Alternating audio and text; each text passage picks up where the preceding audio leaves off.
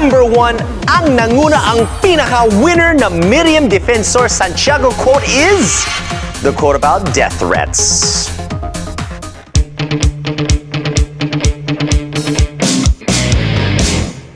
In September 2010, Senator Miriam claimed she has been receiving death threats over her expose, tagging several personalities as being weteng lords and operators.